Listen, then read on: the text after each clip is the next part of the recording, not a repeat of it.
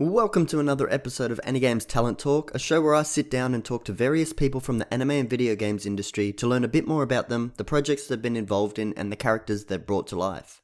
I'm your host Joel, and today I'm talking to Eric Stuart, who's known for voicing both Brock and James in Pokemon, Seto Kaiba in Yu-Gi-Oh!, and a ton of other voices across numerous 4Kids productions.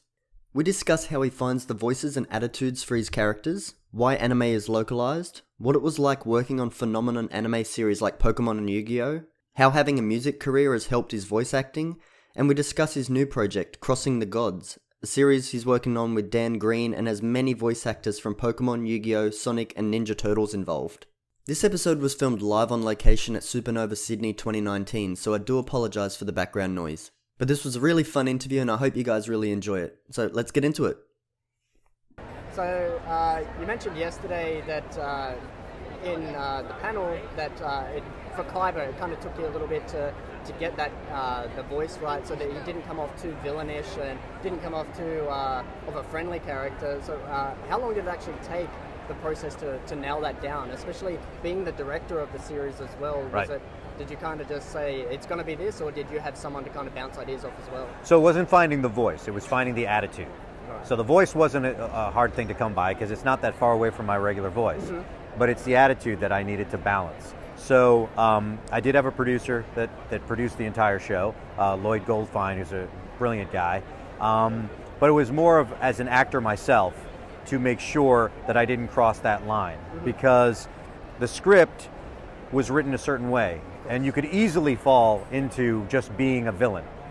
So it didn't take me a long time, but I couldn't dial it in, or phone it in, as they like to say, right? I had to basically be focused each session, whereas some of the stuff, I mean, if I have to do Brock or James in Pokemon, I'm on autopilot. I don't have to think about those characters as much as I do with every nuance of Kaiba.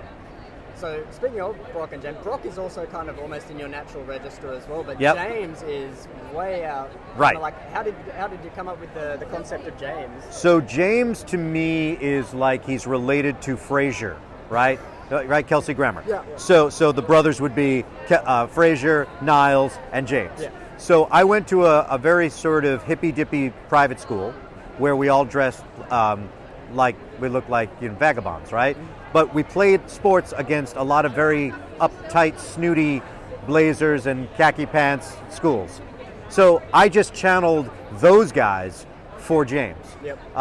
Also, as the actor, I wanted to make sure that the two characters, who obviously talk to each other a lot, were their own and not it's Eric Stuart playing characters. Most of the fans that grew up watching the show had no idea that the same person was both of those characters. I wanted you to listen to Brock and James, not, well, Brock kind of sounds like James, so it's obvious it's the same guy doing it. So it's all about the placement. Brock is in my upper register. I'm totally channeling Casey Kasem, who was my voiceover hero growing up, played Shaggy on Scooby-Doo, and of course my favorite anime of all time, Battle of the Planets. He was Mark on G-Force. So that's where that voice comes from. And then I wanted to do something in a different placement, so James is a totally rounded sound, lower register. That way they could stay away from each other. Of course. So, like, obviously things in the business, things happen that are out of your control. Was it a little bit sad saying goodbye to Brock and James, especially with James kind of being such a prominent character still in Pokemon to this day? Or is it a bit of a relief that you haven't had to record the 1,200 plus episodes? No, I'm very proud of the work that I did on the show. Working on it for 10 years, of course, helping to launch that property, still being a pop culture phenomenon that if you're 6 years old or 60 years old, you know what Pokemon is, right? It was a great experience. I would love to still do it, but the fact that they moved on and they have a new cast, that's all great. I still get to play Kaiba, which is fun whenever we do that stuff. But I helped develop those characters. So if anyone's out there doing their version of it, they're imitating me. Yeah. So that's fine too.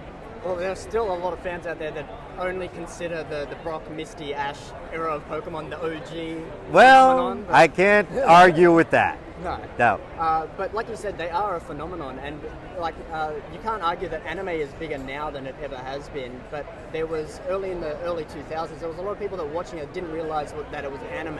Right. And you were involved in quite a lot of those phenomenon series, like Pokemon, Yu-Gi-Oh, and what was it like being a part of those? Well, good question, because here's the thing. There are those that blame us for changing too many things in the show, which of course came from the networks. Yes. Right? Not from us. No. The broadcast standards and practices made us change things to be on Saturday morning cartoons. There are strict rules. Ended up with the jelly-filled donuts? Right. Well, actually, the jelly-filled donut stuff was this. We wanted the show to not come across as Japanese. Localize it. So if we pick food products that other places could have, rather than just sushi, right? So if it aired in France, if it aired in Australia, where you could relate to the food product as your own. Yep. The localization was huge. And making it approachable to all the kids that are watching it. They felt like it was their country's show. Yeah. Now, any country that speaks English, of course, grew up watching our dub. Yeah, that's right. You know, so we weren't doing it with the Australian accents or with, but the French version, the German version, that's other actors, but using our dialogue or our script because it was more universal.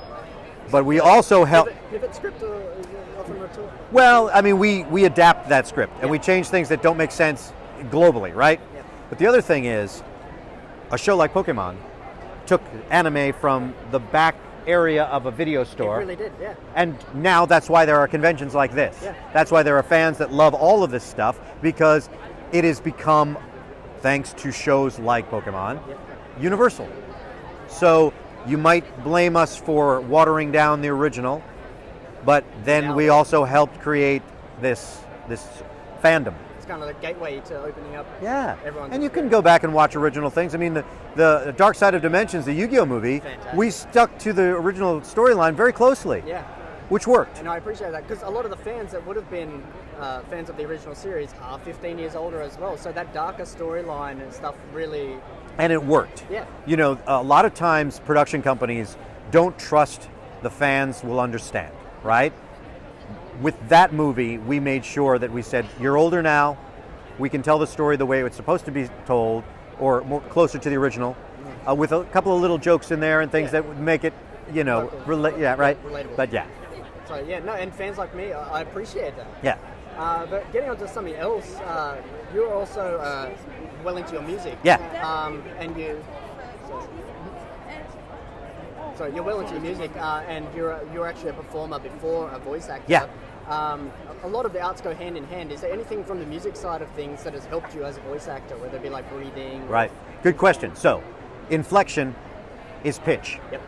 So being a singer and being musical is very helpful in how to read. If an actor is doing a line and someone says, can you go for that word, or can you stress that word, you're changing the pitch. Yes. And so it's very helpful. Also, with a lot of the dubbing, I watch the pacing of lip flap. What I'd say to fans is, okay, imagine you hear a song for the first time on the radio. By the second chorus, you should be able to sing along with it if the words are the same. Because you've heard the first chorus, you've memorized the timing of it. Yep. You might not sing the notes great, but you got the phrasing, right? It's the same thing with lip flap. The musicality of it, the rhythm of it. I can watch lip flap one time. If the line is written correctly, I will get it to fit because I've memorized the timing. Yep. So the music side of my life has helped me that way. And I do more speaking like me in voiceovers than I do in funny voices. So timing, pace, things like that, very close to my singing voice. Yeah. Nice. And also another side project that you seem to be involved in. One of the most interesting things I saw yesterday is Crossing the G.O.D.S. Yeah, Crossing the G.O.D.S. Crossing the G.O.D.S. Yes. Sorry. Yeah. So working with Dan Green as well as some of the other people from the original Pokemon series and things like that. Can you talk a little bit about how that project came to be? And yes, I can. So Crossing the G.O.D.S, we call it an illustrated audio drama. Yep. So if you imagine an audio book where you're following it by reading a comic book alongside it. The artwork is all black and white. There's no lip flap. It's not animation. It's like what we call an animatic. So it's a shifting of camera moves, facial shifts, but no articulation with the arms. It's not like people are swinging weapons. I thought of it as like a really high fidelity storyboard. Yes, exactly. Because what we wanted to do was not compete with that genre. That's not what we do.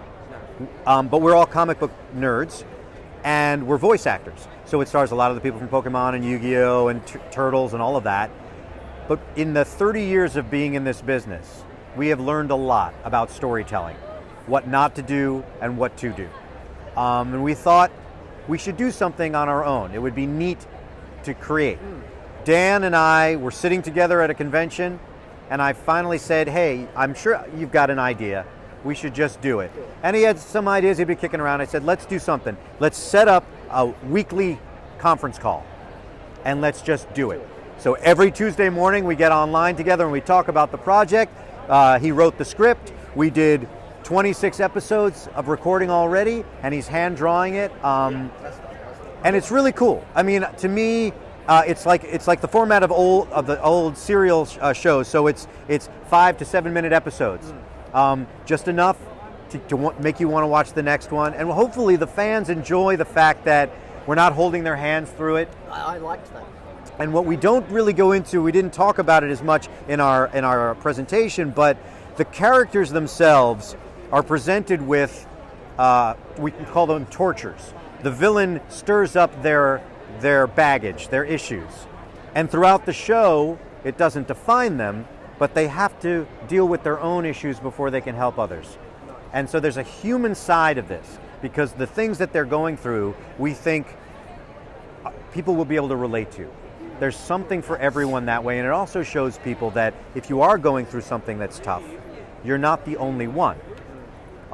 Without being preachy about it, we thought it was a good underlying message to the show, mixed in with sci-fi and superheroes. Yeah, so just based off that first episode, I kind of got a more grounded X-Men kind of right. feel. Is that kind of what you're going for? It is. There's definitely that. A lot of the characters, though, they don't have special powers, because we believe that everyone can be a hero. Yes. If you help one person, you're a hero, yeah. Right? So there's really very few special, maybe a couple of cool things like that, but it's really more about their soul, their moral. And so you kind of touched on it there. So with your dubbing side of things, you're kind of like the end process of the thing. It's been localized, written, translated, got to a thing, and then you do the last voice. This is kind of going to the start of the circle where you guys get to create. Exactly. So yeah, it's fun to do that, and what I really enjoy about this project is I do get to play a character in it, which is fun, but I build the show.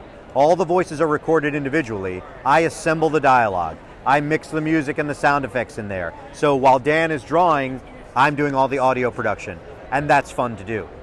It's fun to sort of be behind the scenes. Prelay as opposed to a dub. That's exactly what it is. That's right. Because I also directed Viva Pinata, which was a prelay show. Yes. Yeah.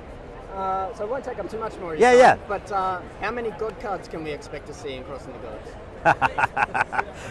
That's a good question. I'll have to ask Dan about that. Nice. So before we wrap up, where can fans follow you online or follow your work? So for me personally, ericstuart.com. You can follow my music career, where I'm appearing with conventions, all sorts of stuff like that. I try to answer as much fan mail as possible. With Crossing the G.O.D.S, it's Crossing the G.O.D.S. We've got a Facebook page that's Crossing the G.O.D.S.